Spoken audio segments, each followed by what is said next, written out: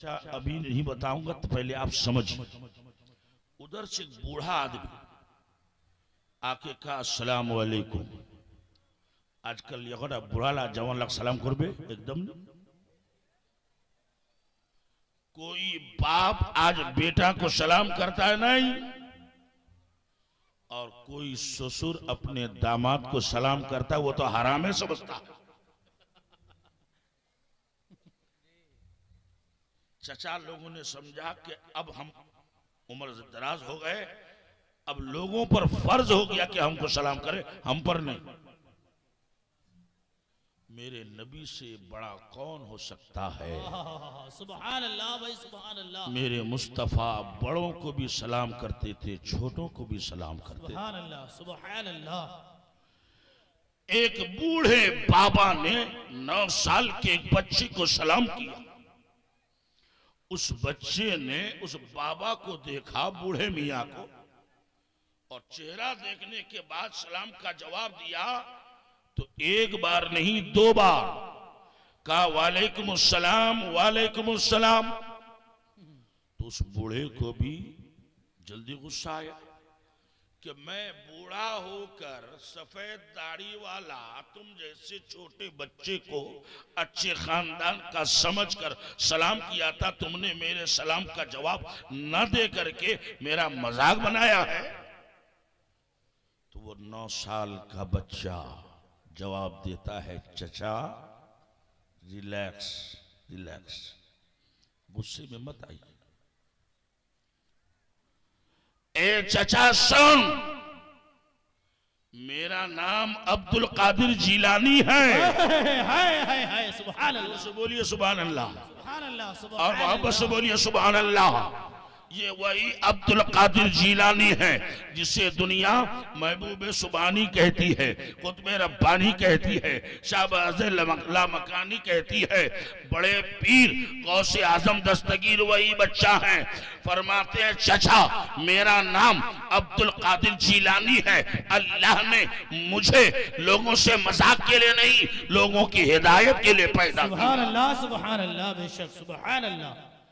तो बड़े मियाँ कहते हैं, बेटे अब्दुल कादिर, अगर तुम लोगों की हिदायत के लिए पैदा किए गए हो तो एक सलाम का एक जवाब, तूने 2 जवाब क्यों दिया। वलियों का मर्तबा तो देखिए। 9 साल का चचा जान आज से 8 साल पहले, 8 बरस पहले आप इसी रास्ते से गुजर रहे थे और आपने जाते जाते हमारे घर वालों को सलाम किया था। सुभान अल्लाह। दोपहर का टाइम था, घर के सारे मर्द काम के लिए खेतों में गए थे। कोई मर्द नहीं था जो जवाब देता। औरतों के लिए जायज नहीं है कि गैर मुहर्रम की सलाम का ऊंची आवाज में जवाब दे। बेशक। और उस वक्त मैं पैदा नहीं हुआ था, माँ के पेट में था, मगर तुम्हें देख रहा था। सुभान अल्लाह, सुभान अल्लाह। आज 9 साल के बाद जब आपने सलाम किया है, तो सलाम करने के बाद जब मैंने आपका चेहरा देखा तो पहचान लिया कि आपके एक सलाम का जवाब हमारे खानदान पर कर्जा है। तो एक जवाब दे करके मैंने वो कर्जा अदा किया है और एक जवाब आज के सलाम का दिया। नारे तकबीर, नारे रिसालत, मसलके आला हजरत फैजाने सरकार बाबू हुजूर और से सलामी। सुभान अल्लाह, सुभान अल्लाह। अल्लाह के वलियों की शान देखिए। अब इसी तनाजुर में मैं आपको दयारे नूर ले चलूं। दरभंगा शरीफ कह दीजिए सुभान अल्लाह, और जोर से बोलिए ना सुभान अल्लाह। हमारे सोनापुर के करीब एक गांव है टेपागढ़। 10-12 लोग हुजूर आली से मिलने दरभंगा जा रहे थे, मगर टाइम ज्यादा हो गया। रात के 10-11 बजने वाले थे। तो उन लोगों ने सोचा इतनी रात को हुजूर आली मेहमानों को खाना खिलवाएंगे तो परेशानी हो जाएगी। तकलीफ हो जाएगी, चलो होटल में खा के चलते हैं, सुबह नाश्ता उस्ता खा लेंगे। होटल में खाना खाकर चले और सरकार हुजूर आली अपने खानका में जैसे ही खानका पहुंचे, इन लोगों ने कहा हुजूर अस्सलाम वालेकुम। सरकार हुजूर आली ने सलाम का जवाब दिया और बगैर किसी बातचीत के फरमाया, क्यों मियां लाल, पैसा ज्यादा हो गया है, होटल से खाना खा गया। क्या बात है, सुभान अल्लाह सुभान अल्लाह। मेहमानों के लिए हमने खाने का पहले से इंतजाम कर रखा है और तुम लोग होटल से खाना खा के आए। यही फर्क है एक आम मुसलमान और एक अल्लाह के वली का। बेशक सुभान अल्लाह सुभान अल्लाह। मगर अफसोस के साथ कहना पड़ रहा है कि इतने मुकद्दस और मुतबर्रक जलसों को हमारी कुछ नौजवान माँ बहनें और हमारे कुछ नौजवान बच्चे, सब नहीं कुछ मिनतबीजिया के साथ, इन लोगों ने जलसों का माहौल ऐसा खराब कर दिया है कि ना उनको नात से मतलब, ना तकरीर से मतलब, ना हिदायत से मतलब, उनको सिर्फ मेला और ठेला से मतलब। जी जी बेशक। एक मसला सुनिए, मसला, क्योंकि बाबू हुजूर का मुझे हुक्म है कि तकरीर कम करो, मसला बेसी बताओ। बेशक बेशक। मसला ये है कि हमारे शायर इस्लाम जनाब ज़ैनुल आबिदीन, देखते हैं ना, देखने में दोनों बराबर है, लेकिन जो खुना मैं आमपरा पर सुनूं वही खुना वहां एक समझ और हमारा चकला हट जाए जैसा करो। मगर अभी भी वैसे खाली दाढ़ी ला, पहले कालो अच्छी लाला धोला, बाकी कोई फर्क नहीं।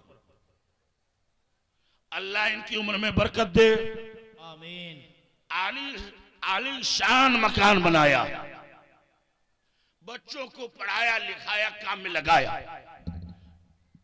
इनके इंतकाल के बाद उनका मकान, जमीन, जायदाद, सोना चांदी जो भी है, उनका बेटा बेटी को मिलेगा या उधर के लोगों को मिलेगा? जल्दी बोलिए। बेटा बेटी को मिलेगा। तो मसला ये हुआ कि बाप के मरने के बाद औलाद उसके वारिस, ये तो मसला है ना। अब एक मसला ऐसा है कि एक बेटा ऐसा भी है, एक बेटा ऐसा भी है कि बाप के मरने के बाद उसके हजारों लाखों करोड़ों की मिल्कियत से उसको 4 आना तो क्या 1 आना भी नहीं मिलेगा, फूटी कौड़ी भी नहीं। वो कौन? मैं शरीयत की बात करता हूं, दुनिया मदीना जो कहे वो अलग बात है। शरीयत की बात कि जो बेटा इतना बड़ा गुस्ताख बदतमीज है, जिसने माँ बाप को नाजायज जुल्मन कत्ल कर दिया, अब शरीयत कहती है ये इतना बड़ा नालायक है कि विरासत से इसे महरूम कर दिया जाए, आग कर दिया जाए, उसको बाप की जायदाद में 1 पैसा नहीं मिलेगा। सुभान अल्लाह। बेशक। तो अब मसला खुलकर सामने ये आया कि जिस औलाद को बाप की विरासत मिले वो खुश नसीब, सुभान अल्लाह सुभान अल्लाह। और जिसे बाप की विरासत न मिले, शरीयत मना कर दे, तो उससे बड़ा बदनसीब कौन? बस थोड़ी देर, उससे बड़ा बदनसीब कौन? समझ में आ गई बात? जब इतनी बात, ये मसला आपने सुन लिया, तो अब एक चीज पर गौर कीजिए कि हमारे आपके सारे इंसानों के बाप हजरत आदम अलैहिस्सलाम बेशक है ना। वो जमीन में आए। कहां से मालूम है आपको? जब जलसे में आते हैं तकरीर सुनकर कुछ याद भी रखिए। जन्नत से बेशक पहले मां हव्वा और हजरत आदम को जन्नत में रखा गया, फिर कुछ दिनों के बाद जन्नत से उन्हें जमीन में लाया गया। एक बहुत बड़ी लंबी तफसील है, मैं शॉर्ट में आ रहा हूं। तो आदम जो हम सब इंसानों के बाप हैं, वो जन्नत से आए थे और हम लोग उन्हीं की औलाद। तो वो औलाद खुशनसीब है कि जो मैदान महशर में अपने बाप आदम की जन्नत में जाने के काबिल हो। सुभान अल्लाह, सुभान अल्लाह। बेशक और वो बेटा कितना बड़ा बदनसीब जो अपने बाप की जन्नत में न जा सके। मसला क्लियर सामने आया कि जन्नत में जाने वाला, जन्नती काम करने वाला, जन्नती अमल करने वाला ये खुशनसीब है, और जहन्नम में जाने वाला, जहन्नमी काम करने वाला ये सबसे बड़ा बदनसीब है। बेशक सुभान अल्लाह, सुभान अल्लाह। जन्नत में जाएगा कौन? तो आज के दौर में जन्नत जाने के लिए आपको हिमालय का पहाड़ तोड़ तोड़ करके छोटा पत्थर और गिट्टी बनाना नहीं है, या समंदर का पानी उस पार से इस पार करना इतना भी नहीं है। मामूली बात है कि ईमान अकीदा सही सलामत रखिए और 5 टाइम नमाजों की पाबंदी की। बेशक सुभान अल्लाह, सुभान अल्लाह। रमजान का महीना आए तो रोजा रखिए, और जहां तक हो सके, ये मैं बहुत कीमती जुमला बोल रहा हूं, जहां तक हो सके अपने मुसलमान भाई की मदद कीजिए। अगर मदद नहीं कर सकते हैं तो चुप रहिए, किसी को नुकसान पहुंचाने की कोशिश मत कीजिए। सुभान अल्लाह, सुभान अल्लाह। बेशक क्योंकि मुसलमान किसको कहते हैं? गोरू का गोश्त खाने वाला, भैंस का गोश्त खाने वाला। हदीस में ये नहीं कहा गया जो गोरू का गोश्त खाए वो मुसलमान, जो भैंस का गोश्त खाए वो मुसलमान, जो गोश्त के साथ भूटी भी खा जाए वो पक्का मुसलमान है ना। 1400 साल हो गए इस कौम को समझाते समझाते समझाते। बूढ़े मौलवी कब्र में, जवान लोग बूढ़े, बच्चे मौलवी जवान, मगर कौम जहां थी वही है। कौम जहां थी वही है, बल्कि 1-2 दर्जा नीचे आ गई, ऊपर नहीं। जब गांव में एक मौलवी साहब नहीं था, मुंशी जी लोग थे, उस वक्त लोग गोरू का बूटी खाते थे। आज 50 मौलवी है, मगर आज भी लोग गोरू का बूटी खाना छोड़ा नहीं है। बेशक बेशक। एक बात मैं आपको बताऊं, क्योंकि अब मैं उस अंदाज से मसले को बताता हूं कि लोगों के दिमाग में बांटो बैठे। जी बेशक। ये मकरू है, ये है, वो, सुनते सुनते लोग थक गए हैं।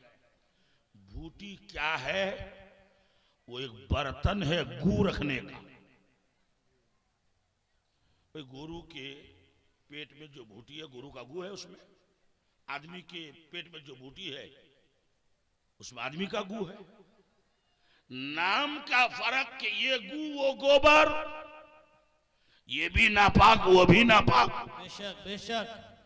तो नापाक चीज रखने का जो बर्तन है, जिसको बूटी नारा कहते हैं, ए मुसलमान तू इतना राइकस हो गया है कि पैखाना रखने का बर्तन तक तू नहीं छोड़ेगा। अल्लाह अकबर। जरा सोच, जब तू मां के पेट में था तुझे खाने पीने की जरूरत थी, और मां के पेट में बच्चे की खुराक, मां का नापा खून। इसीलिए जब तक औरत को माहवारी का खून आता है, ये पहचान है कि पेट में बच्चा नहीं है।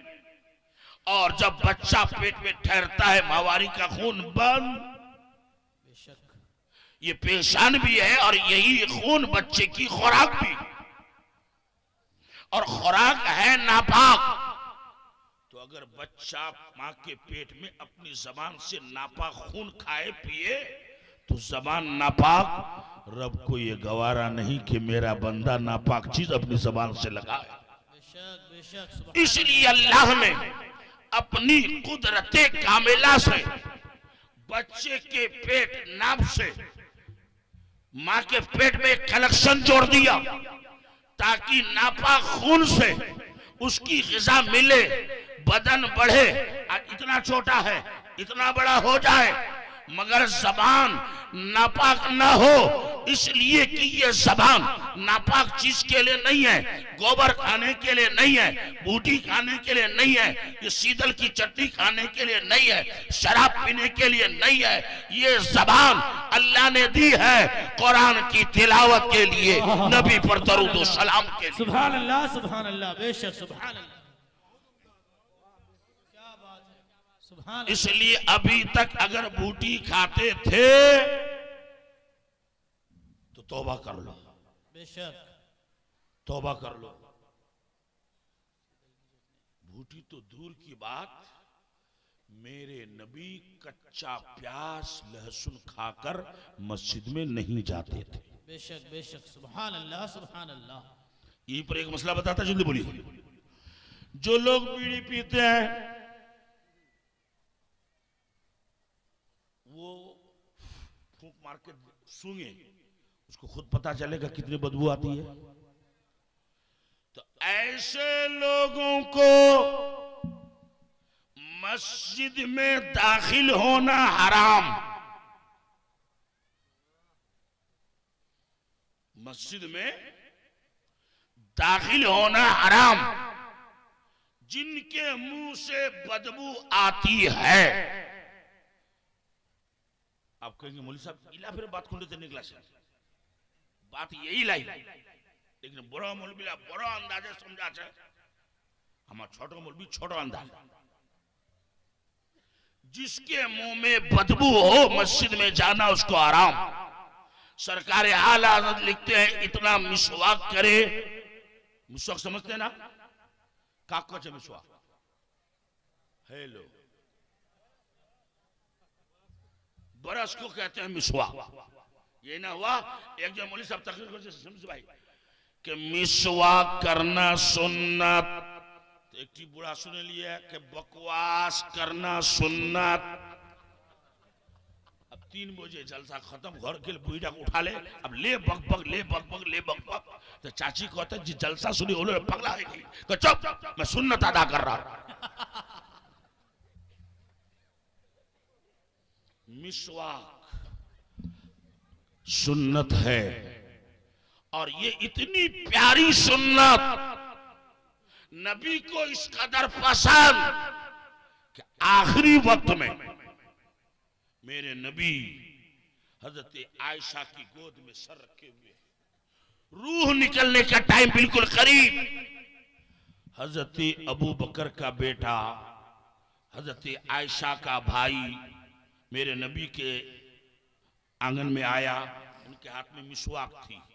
उस पोजीशन में भी मेरे नबी ने उनकी मिसवाक की तरफ इशारा किया। बेशक सुभान हजरत अल्लाह। आयशा समझ गई कि मेरे आका मिसवाक करना चाहते हैं, तो अपने भाई से मिसवाक लेकर उम्मुल मोमिनीन हजरत आयशा ने, अब चूंकि हुजूर का आखिरी टाइम उसको मिसवाक करने से पहले चबाना पड़ेगा ना, तब ना नरम होगा, वो चबाने की भी पोजीशन में नहीं, तो हजरत आयशा ने अपने मुंह से चबा चबा कर मिसवाक को नरम करके दिया, और उस मिसवाक से मेरे नबी ने अपने ज़बान पाक में दांतों में मिसवाक फरमाए। सुभान अल्लाह बेशक सुभान अल्लाह। मिसवाक की बड़ी लंबी तकरीर है, मैं शॉर्ट में अर्ज करूं। तो मैं क्या बोल रहा था कि कच्चा प्याज, कच्चा लहसुन, गुटखा, बीड़ी, सिगरेट, खैनी, हुक्का, अभी तो हुक्का उड़ गया दुनिया से, 2-4 जगह है ना। एक जगह हम लोग किराया देकर हुक्का पिए, कहा? मक्का शरीफ में। वो बड़े स्टाइल है, खूबसूरत हुक्का, चारों तरफ से लोग बैठते हैं। एक मरतबा आप 5 मिनट पीजिए, 10 मिनट पीजिए, 1 रियाल। तो हमारे साथ जो सिकड़ी साहब था, बोले भाई हुजूर मुफ्ती आजम हुक्का पीते थे, चलो वही सुन्नत अदा करते हैं, फिर हम भी अदा करते हैं। तो इन चीजों को खा करके इतना मिसवाक करो। आला हज़रत कहते कि फूंक करके सूंघ के देखो, जब बदबू खत्म हो जाए तब मस्जिद में जाओ। क्यों? क्यों? वजह कि इंसान को अल्लाह ने ये ताकत दी है कि बच्चा बच्चा चाहे तो कुरान पढ़ सकता है, बेशक बेशक हक है। मगर तमाम फरिश्तों को कुरान पढ़ने की ताकत कुव्वत अल्लाह ने नहीं दी। मगर फरिश्तों की तमन्ना होती है कि हमें भी कुरान पढ़ने की लज्जत मिले, कुरान पढ़ने का मजा मिले। उसको कुरान पढ़ने की ताकत ही नहीं। तो हदीस शरीफ में फरमाया गया कि जब बंदे मोमिन मस्जिद में जाकर नमाज की नीयत बांधकर कुरान की तिलावत अल्हम्दुलिल्लाह रब्बिल आलमीन शुरू करता है, तो वो फरिश्ता अपना नूरी मुंह नमाजी बंदे के मुंह के अंदर डाल देता है। नमाजी कुरान पढ़ता है, फरिश्ते को मजा आता है। सुभान अल्लाह सुभान अगर अल्लाह। आपके मुंह से इतनी बदबू आए तो फरिश्ते को तकलीफ पहुंचेगी कि नहीं पहुंचेगी? है ना? इसलिए बदबूदार चीजें खाकर मस्जिद में जाना मना। अब फिर पलट के आइए, आप तो चले गए इस्लामपुर, फिर घूम के आइए खतरा डांगी, नूरगंज, खबरगांव। मैं बता क्या रहा था कि हदीस में ये नहीं कहा गया कि गोश्त खाने वाला मुसलमान, बल्कि क्या कहा गया, उलमा बैठे हैं, सही मुस्लिम शरीफ की हदीस है, आकाए करीम फरमाते हैं अल मुस्लिमो मन सलेमा मिन यदिही वो लिसानिही अल मुस्लिमून, के मुसलमान वो है जिनकी जबान से भी, जिनके हाथ पैर से भी दूसरे मुसलमान सलामत रहें, उनको तकलीफ न पहुंचे, वो मुसलमान। बेशक सुभान अल्लाह सुभान अल्लाह अल्हम्दुलिल्लाह। यानी जो अपने हाथ से किसी को तकलीफ न दे, जबान से तकलीफ न दे, पैर से तकलीफ न दे, वो है मुसलमान। लेकिन आज हम लोगों का किरदार, कैरेक्टर, वाह वाह सुभान अल्लाह सुभान अल्लाह, हम लोगों का किरदार, कैरेक्टर, समाज, और ख़ास करके मैं बोलूँगा नहीं, लेकिन जब बोलूँगा नहीं तो आप समझेंगे कैसे। ये हमारे बंगाल का इलेक्शन पीरियड के दौर में मुसलमान ऐसा ऐसा घटिया काम करता है कि इब्लीस शैतान दूर में खड़े होकर खुशी में बीड़ी पीता है कि जो मेरा काम था मेरा चेला कर रहा, वो बैठ के बीड़ी पिया। हज़रात इत्मीनान से बैठे बस 2-4 मिनट, और सरकार बाबू हुजूर की आमद होने वाली है। सुभान अल्लाह सुभान अल्लाह। है ना? और आपको ये पता है कि जब तक बाबू हुजूर नहीं आते उसी वक्त तक मैं तकरीर करता हूँ। बाबू हुजूर आने के बाद फिर मैं नेक काम करता हूँ, उसका नाम नेक काम है ना? तो बाबू हुजूर आने ही वाले हैं, मगर एक जगह में फंस गया था। कहाँ? सिलीगुड़ी में। मुझसे कहा कि हजरत 10 से 11 बजे मुफ्ती मुजफ्फर की तकरीर होगी, उसको 12 से 12:30 आपकी तकरीर, इसी बीच में हुजूर कादरी में आते हैं, वहां कादरी में आएंगे और आपका नेक काम होगा। हमको 12 बजे माइक मिला, वो भी बयान था बड़ा हार्ड, करबला के बाद का बयान, पहले वाला नहीं। अल्हम्दुलिल्लाह तो सबक है अच्छा, वो तो हर बात की से तब ना पता चल बे बोल माँ बादे करबला मौजू 12 से 1 बजा दिए हम। कहा भाई हजरत बोले आ रहे आप तक चालू रखिए। 1 से 1:30 बजाए, हजरत बोले आ रहे आप तक चालू रखिए। 2 बज गए, बोले हजरत कहाँ पे? बोले आ रहे आप तक चालू रखिए।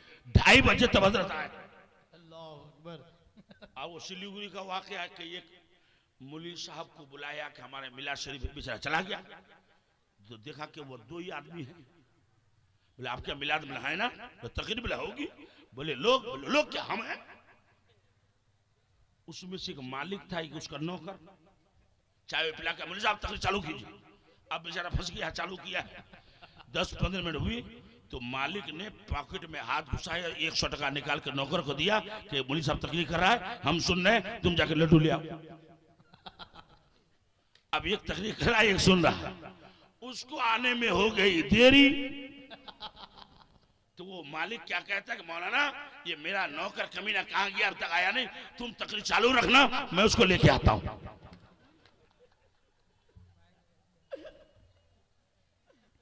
तो कभी ऐसा ऐसा भी होता, मगर आप घबराए मत, सरकार बाबू से टाइम से आ जाएंगे। जरा अगर भूख नहीं लगी है तो सुभान अल्लाह बोल दीजिए, सुभान अल्लाह, और जोर से बोलिए ना सुभान अल्लाह, सुभान अल्लाह। और जी लगा के कहते या रसूल अल्लाह। हजरात फिर पलट के वहीं आइए जहां से मैंने स्टार्ट किया था कि मुसलमान वो है जो दूसरे को तकलीफ न दे। और आज हमारा आपका समाज का हाल क्या मालूम बताएं आपको? इलाके के हालात हम ना समझते हैं। एक आदमी ने जमीन बेचा, दूसरे ने खरीदा, बातचीत तय हो गई, आधा पैसा भी दे दिया, ये खरीदने वाला वो बेचने वाला। तीसरा सुना उसके पेट में दर्द शुरू, ना उसकी जमीन ना उसका पैसा, मगर दर्द उसी को शुरू।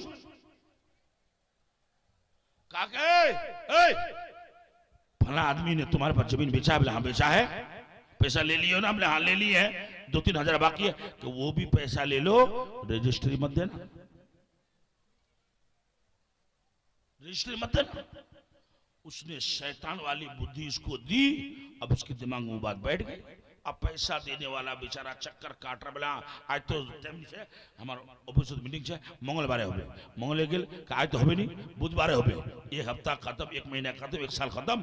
अब जो रजिस्ट्री दे बोले आला पे उड़ा दाम दोल जाए या दाम जमीन बढ़ेगा। ये ईमान की पहचान नहीं है।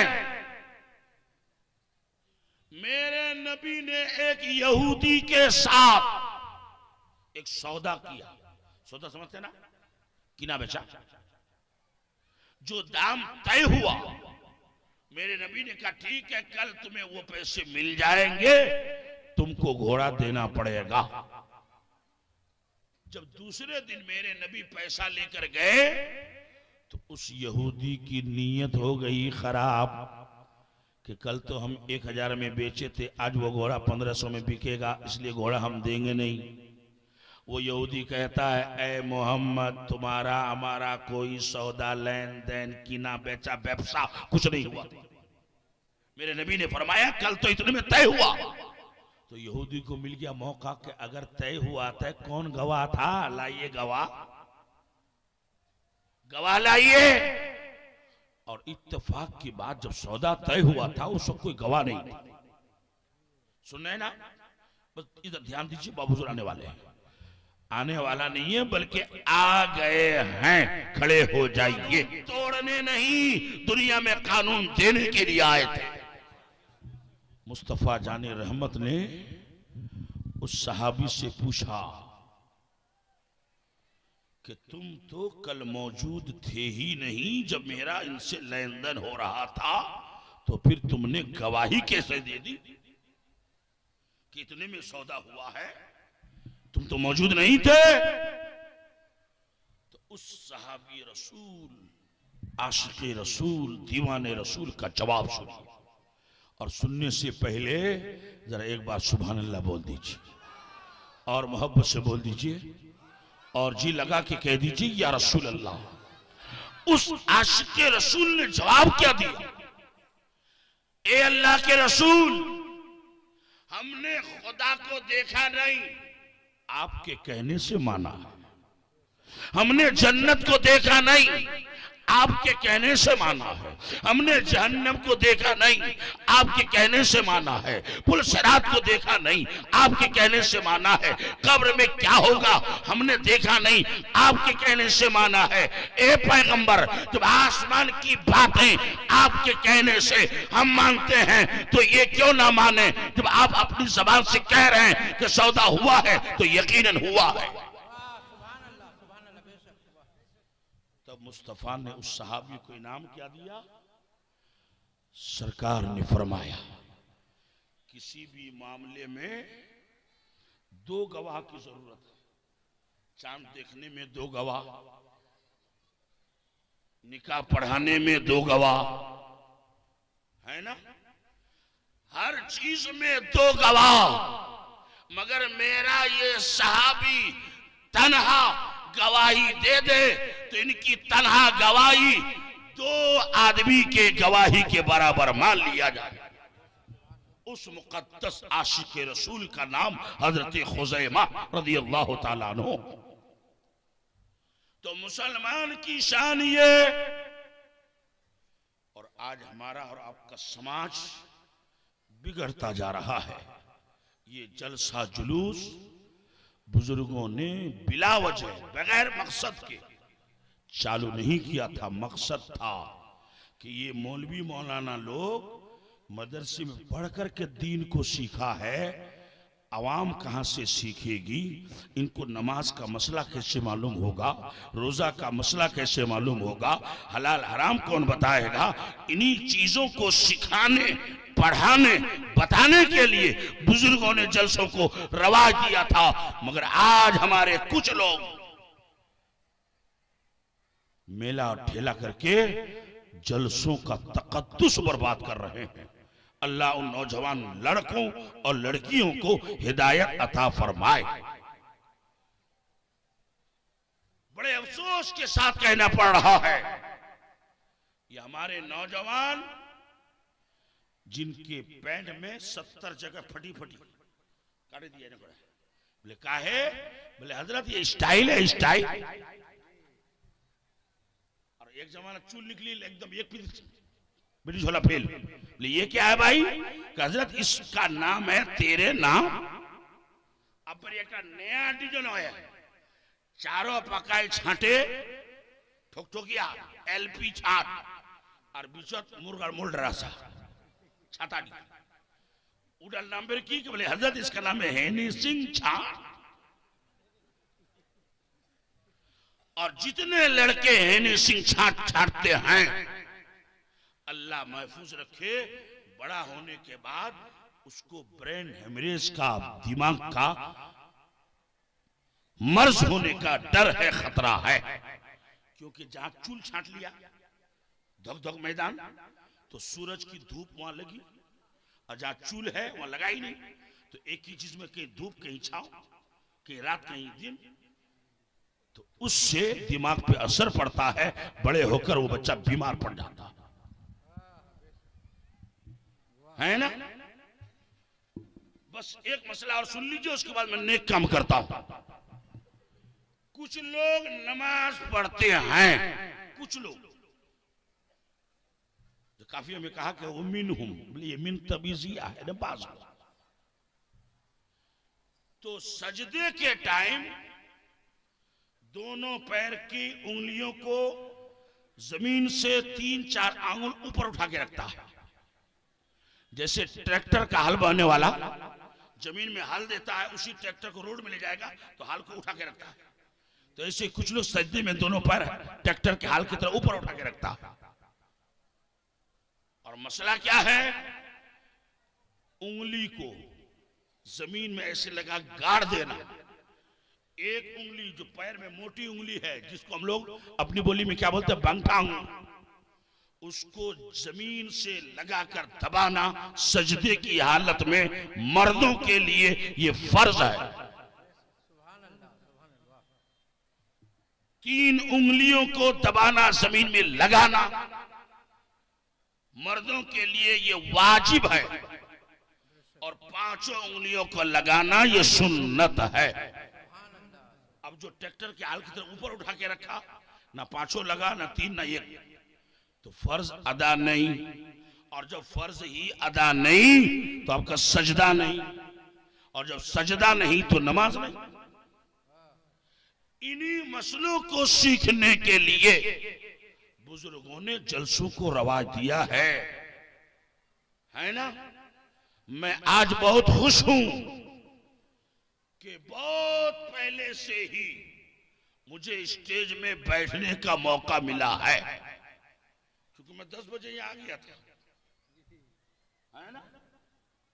चूंकि हम लोग दिन भर आराम के सोए हैं, आज भातकुंडा में जलसा किया, सुबह फजर की नमाज पढ़ के अल्लामा आसिम साहब को क्या कहते हैं कि बागडोगरा एयरपोर्ट पहुंचाने का इंतजाम कर 7 बजे हम सोए, फिर 10 बजे उठा दिया गया, नहा धो के गए प्रोग्राम में, और उस वक्त से लेकर मगरिब तक सरकार बाबू हुजूर की दावतों में रहे। मगरिब बाद इधर आए, यहाँ भी आराम किया।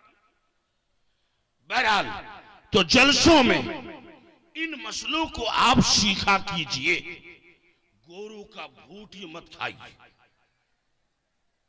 नमाज पढ़िए तो उंगलियों को जमीन से उठा के मत रखिए, जमीन पे लगा कर। और यही बुनियादी चीज है कि शरीयत ने कहा कि इन चीजों का सीखना हर मुसलमान मर्द औरत के लिए फर्ज। मौलाना बनना फर्ज नहीं, कारी बनना फर्ज नहीं, लेकिन ये जो जरूरी मसला है इनका सीखना फर्ज है। आक़ाए करीम फरमाते हैं तलबुल इल्म फरीज़तुन अला कुल्ल मुस्लिमिन व मुस्लिमा, इल्म दीन का सीखना हर मुसलमान मर्द औरत के लिए फर्ज कर दिया गया है। तो इल्म दीन से यही जरूरी मसला मुराद है। अब आइए सरकार बाबू हुजूर की मौजूदगी में सुभान अल्लाह बोल दीजिए, और जरा जोर से सुभान अल्लाह और मोहब्बत से सुभान अल्लाह। माशाअल्लाह कमेटी के लोगों ने इस बार बड़े अच्छे अच्छे शायरों को बुलाया, बड़े अच्छे अच्छे खतीब को बुलाया है। आज की जलसे का जो मेहमान खतीब है वो अभी बाकी हैं, उनकी भी तकरीर सुनेंगे।